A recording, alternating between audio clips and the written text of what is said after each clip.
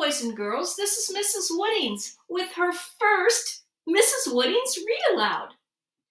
I have a great story for you called The Wolf Who Fell Out of a Book. It's one of my favorites. And here's Mr. Wolf. Now I have a special guest, a real wolf. Hello, Mrs. Woodings. Could you please read us this story about a wolf? I love stories about me and my friends. Could you please do that? Well, Mr. Wolf, I'd love to. Just sit to the side of my book so I can turn the pages, and we'll all enjoy it together. Yay! Sounds great. The Wolf Who Fell Out of a Book. You see, this is Zoe's very, very messy bookshelves in her room. And I see a girl with a red hood, some sheep, and I see a wolf. I wonder what's going to happen in the story. Let's see. The Wolf Who Fell Out of a Book by Thierry Roberick and pictures by Gregory Mabire. Zoe's library shelves were so stuffed full of books that one day a book fell to the ground and a wolf tumbled out of the story.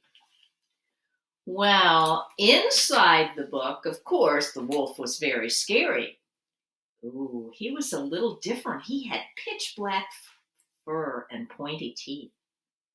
But in Zoe's room, a place where he had never been out of a story before, the wolf was all alone, and he was very afraid. First, he tried to find shelter under his own book, which had fallen from the shelf. You see, he's there peeking out. His book had fallen from the shelf in the shape of a tent. But the problem was the cat. The cat who slept in Zoe's room, a large cat who was already licking his lips. Don't touch me, the wolf told him. In my book, I'm a scary wolf. And everyone is afraid of me. Well, perhaps, said the cat, but here you're not in your book. You're in Zoe's room, and this is my territory. The wolf was so afraid that he tried to go back inside his book. But you see, he could only enter on the correct page, or there would be problems. Well, that he did. When he entered the book, of course it was the wrong page, and a sheep kicked him out because he had arrived too early in that story. What are you already doing here? Said the sheep. You're much too early. There's no wolf in the story yet. Couldn't you just leave us alone to graze in peace? The cat came closer to the book. So he tried to enter the book, the wolf did, through another page. But there the other wolves scolded him. Oh, smart move, wise guy. You don't know what you're doing. And now you arrive on the very last page when our story's finished? Get out of here. Well, the wolf ran away quickly because the cat was there. And so the wolf climbed up the huge set of shelves, looking for another book that he could hide in. Oh, the shelves were tall and straight and steep, just like a mountain cliff. The wolf nearly fell 10 times. But if you look at the bottom, the cat was there waiting. Finally, the wolf managed to reach the top shelf, where he tried to get into the very first book he saw, and that he did. He squeezed right in between the pages. But it was a book about princesses. And at the page where the wolf arrived, the king was giving a grand ball at court. "So sorry, Mr. Wolf," the butler told him.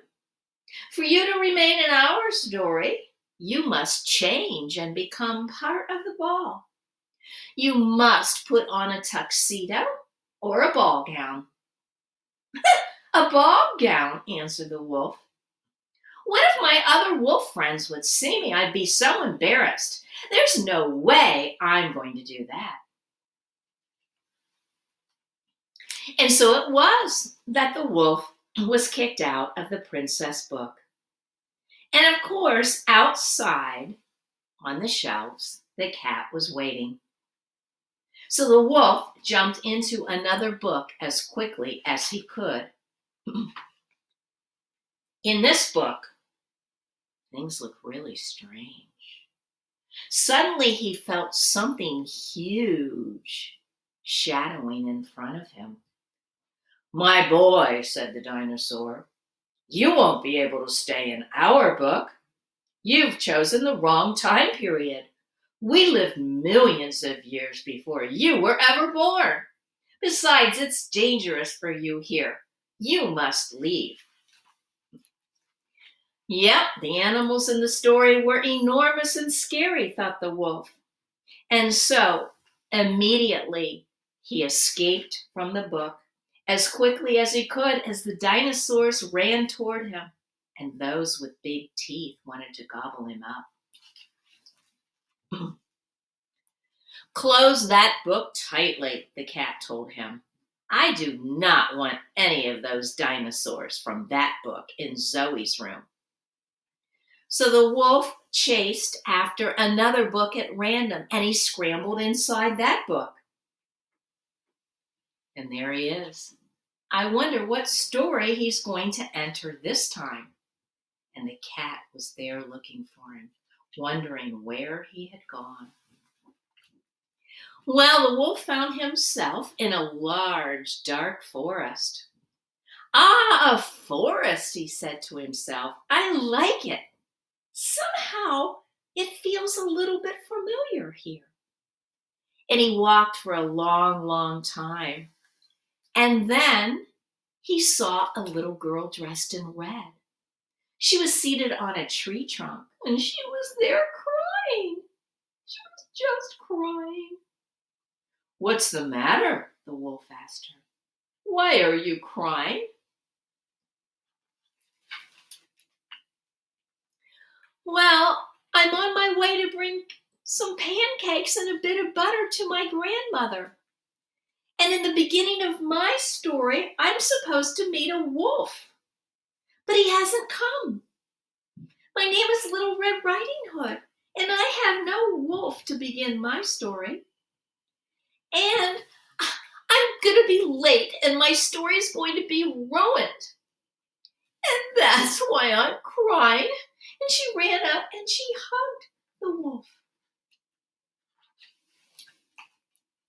"Well, I'm a wolf. I'm pitch black and I have big teeth. If you like, I could help you." The little girl looked at him with tears in her eyes. "Oh, would you do that for me? Please, Mr. Wolf, I want to start my story." "Yes," said Mr. Wolf, "it sounds like a great time. And I have all the time in the world. I'd love to stay in this story." "Well, Mr. Wolf, would you come with me to grandmother's house? And on our way there, I'll tell you all that you need to do in my story. Is that okay?" "Yeah," said the wolf. "I'd love to stay in this story with you." And off they walked arm in arm, going towards grandmother's house. And on the road, just as the story was to begin, they had to part their ways. Because at the beginning of the story, the wolf wasn't there. And Little Red Riding Hood said to the wolf, "Please, Mr. Wolf, don't forget your disguise for when you enter my story." "Oh, don't worry," answered the wolf. "I think I know exactly what to do. I think I've been in a story just like this before. The end. Well, the wolf tells us finding where you belong, sometimes it just isn't easy, especially when you're a storybook wolf. Oh, Mrs. Woodings, thank you for the story. I hope you'll come and read to us again.